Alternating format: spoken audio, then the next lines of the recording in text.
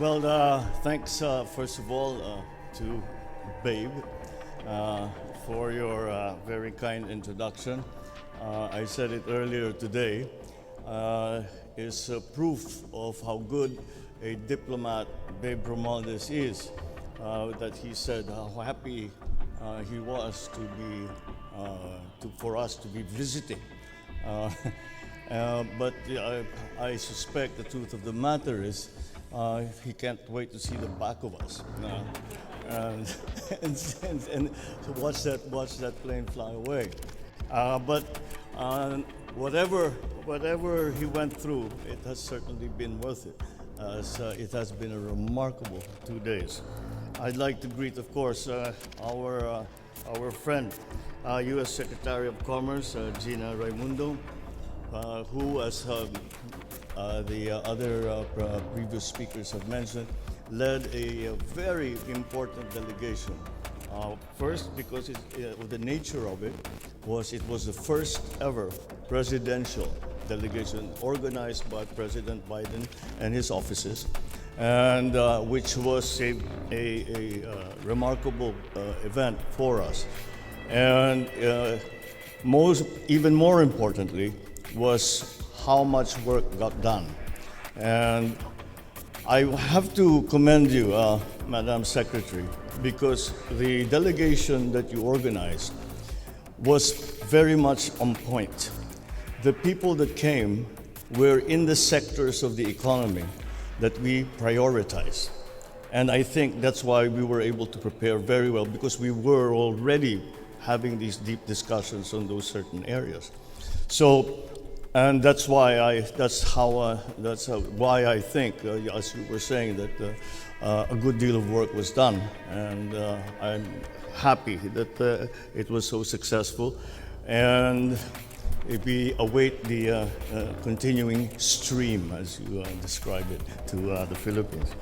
The U.S. Secretary of the Navy, Secretary Carlos Del Toro, the co-chairs of the U.S. Philippine Society, well, of course, the good ambassador, Ambassador John Negroponte, and now our newly minted co-chair, Jaime Augusto Sobel. We have here also the Speaker of the House, Speaker Martin Romualdez. There are members of my cabinet that I have come with me. I'd like to make, of course, a special greeting to the former ambassadors to the Philippines. Well, we are awaiting your return for our private visit. Every time an ambassador leaves us, they promise and they say, well, when we have time, I'd like to come back here for a holiday without work. We're still waiting, but we're ready. We're ready for it. I think Senator Francis Tolentino, there you are, is also with us, and certainly our partners from the private sector, the distinguished guests who have joined us this evening. Ladies and gentlemen, good evening. I'd like to first thank the U.S. Philippine Society, who has worked very hard over the past few weeks to organize tonight's event. The U.S. Philippine Society has been a close partner of the Philippine government, particularly through its close relationship with our embassy here in Washington, D.C., and a staunch supporter of promoting Philippine-American bilateral relations, but especially to promote economic cooperation and business collaborations, as well as people-to-people exchanges. I am particularly pleased to see among the guests here tonight a good number of Filipino and American business leaders, as well as other prominent personalities in their respective fields, as I hope the connections that are made and renewed tonight will lead to even more engagements in the future. Let me also thank our ambassador to the United States, Ambassador Babe, for his thoughtful introduction and also for the embassy's tireless efforts to prepare for this visit. I know how much work we give you, but I can say without fear of contradiction, it was all very much well worth it. So for this visit, this is a follow-up to the last visit that I came to the United States, which was a bit about 11 plus months ago. And for you following the developments in our relations with the United States, this visit is not at all surprising. During Secretary Blinken's visit to Manila last month, the Secretary of Foreign Affairs, Ricky Manalo, aptly described our relations as being on hyperdrive for quite some time. Increased business sector linkages and people-to-people exchanges have matched the accelerated pace of our engagement across all levels of government and of society. From defense and security, to trade and investment, and further still to food security, energy security, our transition to clean and renewable energy, combating climate change, digital transformation, infrastructure development, humanitarian assistance and disaster relief, and that is not the complete list. And this just demonstrates the nature of the relationship between our two countries. I was once asked how I would describe the relationship between the U.S. and the Philippines. And for some reason, the word that came into my head was it's dense. We are engaged at every facet of human contact, in every way, as family even, as friends, as workmates, as allies. I don't think that there is a part of the experience of a sovereign nation that is not touched by the relationship between our two countries. And so these are the issues that we have of mutual concern, to promote the well-being of our peoples, to further deepen the ties between our two countries. When we take a look at the remarkable progress we have made in our defense and security cooperation, from the largest iteration of the Balikatan exercises that are about to start right now. The Balikatan, for those who have not heard of them, are the joint exercises between the Philippines and the United States. And and we do this annually, and it is part of the Mutual Defense Treaty. And the Balikatan, which we are undertaking presently, there are some pre-events. The formal start is not yet, is in a couple of days. But it is going to be the largest, most extensive, and will cover more more areas, especially in terms of interoperability, than ever was before. Now we have also established the bilateral defense guidelines, and of course the expansion of the Enhanced Defense Cooperation Agreement, or EDCA, from the original 5 sites to now 9 sites. It would be quite easy to see that we are in a good place as far as our alliance is concerned. And for me, this means that our alliance matters. It matters because our increased and intensified defense and security engagement with the United States means that we are significantly contributing to our country's ability to defend our security and address the threats in at least 3 ways. Through the U.S. assistance to and support for our armed forces modernization program. Second, through frequent joint exercises, training resulting in enhanced interoperability and honing the skills of our two militaries. And third, through increased deterrence by highlighting the strength of that alliance. We cannot rest our laurels. We have done well. We have come a long way.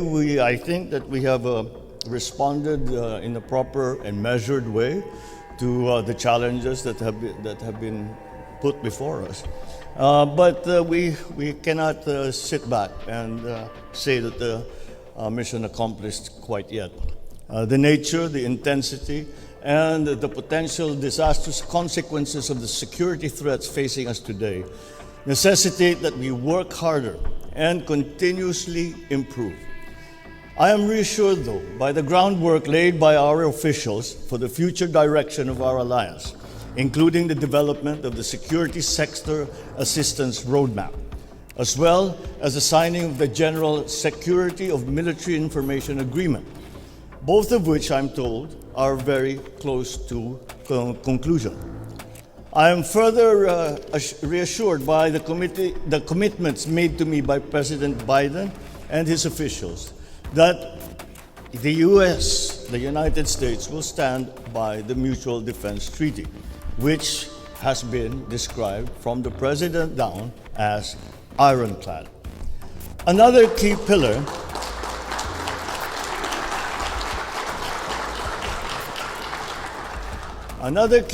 in our relationship is, of course, economic cooperation.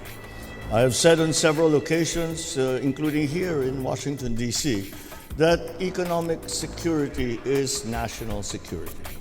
For the Philippines, a critical component of economic security is nurturing and growing our economic partnerships with the global community. Economic cooperation with the United States is, of course, a priority. It is paramount to the Philippines. I have the good fortune to undertake this visit on the heels of a highly successful presidential trade and investment mission to the Philippines by Commerce Secretary Gina Raimundo last month. Secretary Raimundo, as she has described, has headed a delegation of 22 prominent American businesses and nonprofit organizations in ICT, infrastructure, energy, logistics, financial services sectors. According to the Department of Commerce, the U.S. Department of Commerce, the mission has generated over $1 billion in American investments and concrete projects in the Philippines, creating educational and career opportunities for an estimated 30 million Filipinos. The PTIM was the first high-level trade and investment mission from the United States during my administration, and I am confident that it will not be the last. As I mentioned to President Biden yesterday, there are still a lot of opportunities to enhance our trade and our investment relations. In particular, the Philippines is actively seeking American partnership in critical minerals, where we aim to move up from the upstream to the midstream in battery production, even as we ensure the sustainability of resource extraction and secure the supply chain for these critical minerals. Other areas in our priority list that we believe will bring great opportunities for economic cooperation with the U.S. are clean energy, particularly nuclear energy, especially as we look to provide affordable and reliable energy sources for the entire country to power our industries, the digital economy, semiconductors, and critical infrastructure. Regarding infrastructure, we are excited about participating in the Partnership for Global Infrastructure and Investment to help attract high-quality investments to the country. These are, and there are, of course, other areas whose potential we are also looking into. But let me just highlight that in our conversation with both the U.S. government and the business community, we have showcased ongoing and future economic reforms that we intend to implement in the country to create a welcoming and attractive environment for greater investment from our international partners, and that includes, of course, the United States. Of course, the headliner of this visit is the Trilateral Summit between the Philippines, Japan, and the United States, which I attended yesterday with President Joe Biden and Prime Minister Kishida.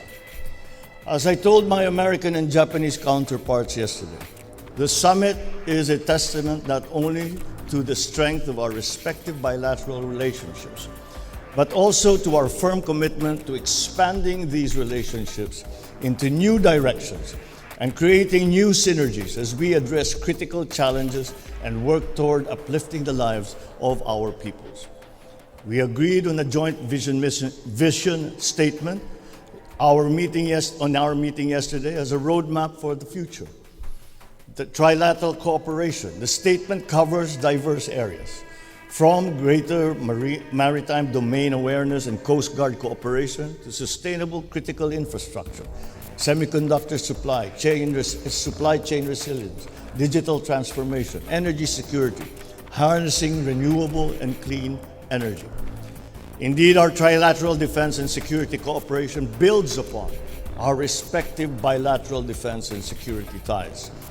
The Philippines and Japan are close allies of the United States, and in recent years, there has been remarkable progress in Philippines-Japan defense and security relations. Once we conclude the reciprocal access agreement with Japan, similar to our visiting forces agreement with the United States, we will witness even greater engagement amongst our three armed forces. Nowhere is progress in this area more important than in the maritime domain. It is no secret that Japan and the Philippines are involved in maritime and territorial disputes, not with each other, but with other parties. While the United States is not a direct party to these disputes, both its treaty obligations to come to the aid of the Philippines and Japan in case of an armed attack by a third party, as well as its commitment to uphold freedom of navigation and a rules-based order in the seas, means that the U.S. has vital interests in East and South China Seas. It is therefore of particular importance for our three countries to work closely together on maritime-related issues, including the broader areas of maritime safety and security, maritime domain awareness, maritime environmental protection, and other issues, as these are part and parcel not only of our respective national security interests, but also because cooperation in this area contributes significantly to regional peace and stability. However, peace and stability require another lifeblood to endure.